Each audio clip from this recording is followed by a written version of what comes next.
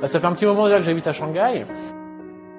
Mais déjà, moi, ma femme elle est chinoise et elle m'a appris beaucoup, elle m'a beaucoup parlé des différents ingrédients, hein, des ingrédients qui vont être chauds, des ingrédients qui vont être froids, qu'est-ce qu'il faut manger quand le corps va pas bien, tout ça. Donc, hein, quand on est malade et qu'on boit un bon thé de gingembre avec beaucoup de gingembre dedans, après on se sent super bien.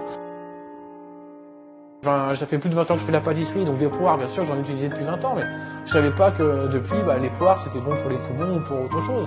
Le gingembre, bien sûr, j'en ai déjà utilisé, mais je savais pas, donc le fait de travailler en Chine et d'avoir fait ce projet-là, ça nous a montré qu'il n'y avait pas qu'une facette de goût ou une facette de beauté, hein, il y a aussi une facette bon pour la santé.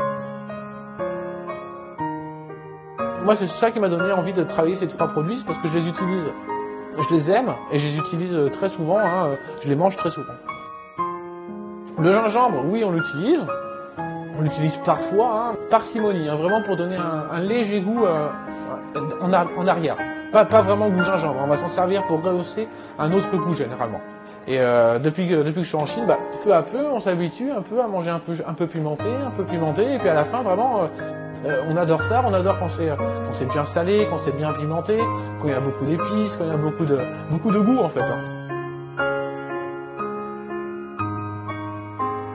Ce qui était intéressant avec le gingembre et la lentille blanche, c'était la différence de texture et de goût. Hein, la lentille blanche, ça va avoir un goût qui va être assez terreux, hein, assez plat, mais une texture assez intéressante, assez riche.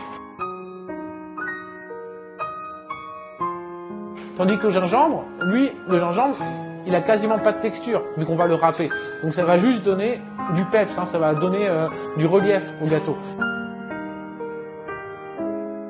Mais il y avait pas mal de techniques, hein. Par exemple, dans la tartelette, on a eu... Et dans la verrine, on a vu le pochage des lentilles, on a vu le confit, hein, on a vu le crumble, hein, donc on a vu vraiment plein de techniques différentes. Hein. C'est ce que je vous disais, dans un gâteau, on essaie toujours de varier les textures et les goûts pour avoir quelque chose qui va avoir le plus de relief possible. Donc,